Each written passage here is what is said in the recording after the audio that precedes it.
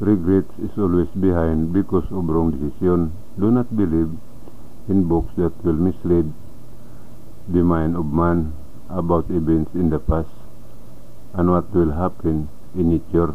Believing that it will happen is a lie because the believer sees something.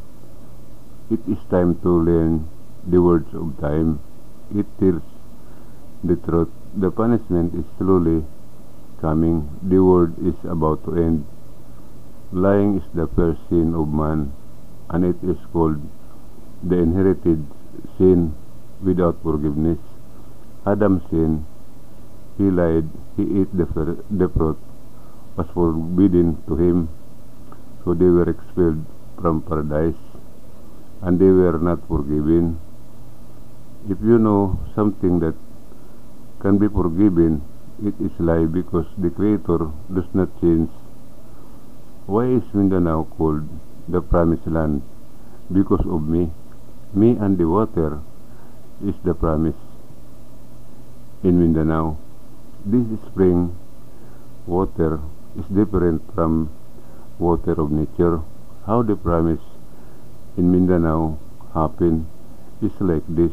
After disciple threw a stone on the mountain to choose who would be the leader, Peter was the first stone, so he became the leader.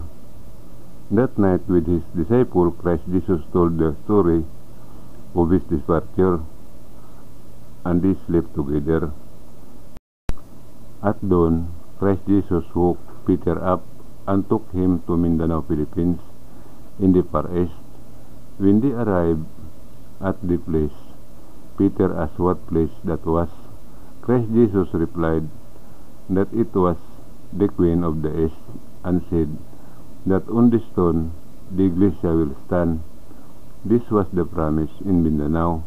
It is written that Christ Jesus would build a church on the rock. Peter already know about this because Christ Jesus said this before they went to sleep. That is why the country is called Pilipinas, because of the three queens or women. These are Luzon, Visayas, and Mindanao.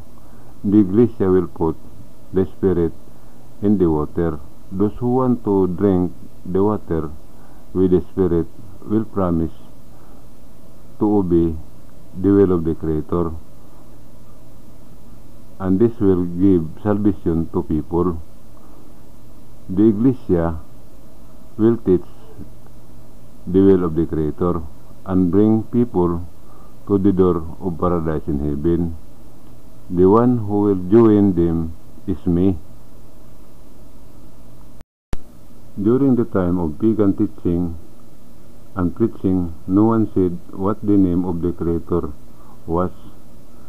So at the birth of Christ Jesus, 3 angels visited with the answers and gave them to Mary. These are the letters, words, and numbers which have been uploaded to YouTube. The 10 commandments of the Creator brought by Moses are called love and respect. There are 3 of the 10 commandments. This is number 1, sanctify the days of conception. This is a challenge. Number 2, love and honor your father and mother. Number 3, love your neighbor as you love yourself. For everyone to understand love and respect, we need to come together. Love comes first. Number 1, days of conception. Do it honestly and correctly. Number 2, parents, get someone to help take care of your parents because you are busy with work or business. Number 3, neighbors, you will have a hard time explaining to your neighbors. Do a mission using social media, Facebook, Instagram, Twitter, etc. Tell people that true salvation is on YouTube. On this channel, Minandro Heavenly News, open and read or listen to the English voiceover. If someone comments or asks a question, the mission is over. The second is respect. Number 1, don't pretend. Number 2, don't hide your parents' Don't let them live in the back of your house, garage, and old people's shelter. Number 3. There are people who secretly instill the young minds of young people that when they reach the age of 18 years old, they are free and their parents should not interfere with them. This teaching destroys the life and soul of man because the Creator says nothing about respecting parents. For all those who have done this preaching, punish them endlessly.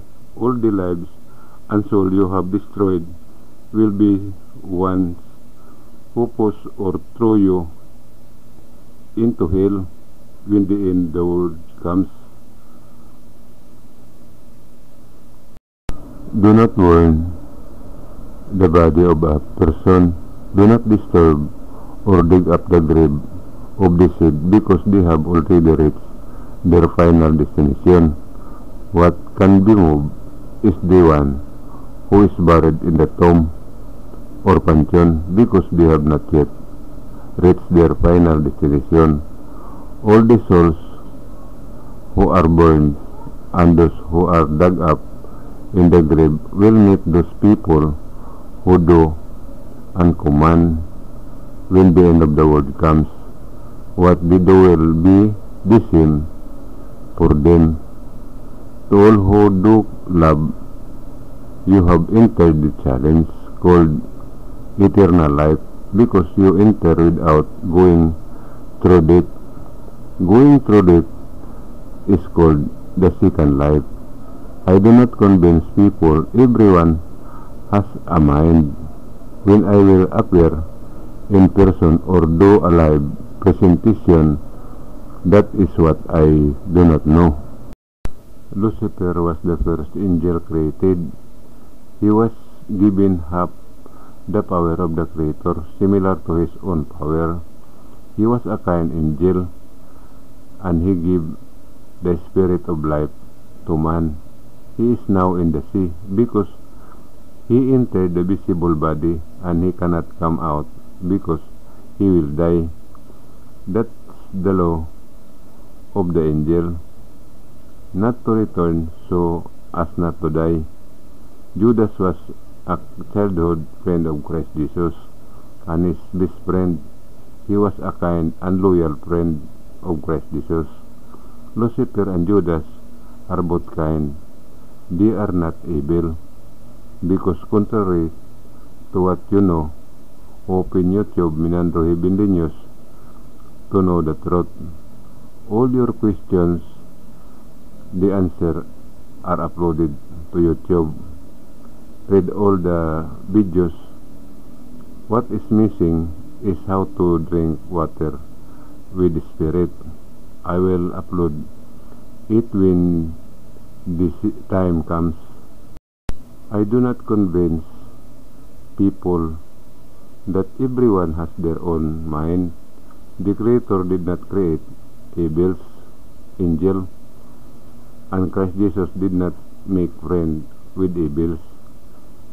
Everyone who said that the angel Lucifer or Judas was evil is guilty of blasphemy against the Creator and His Son, Christ Jesus.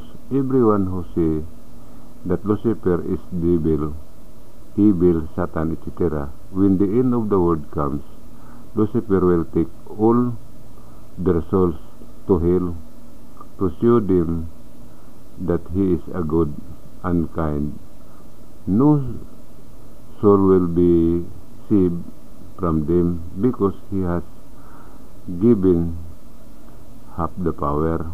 I am only telling the truth so that everyone can prepare for it. Mabuhay.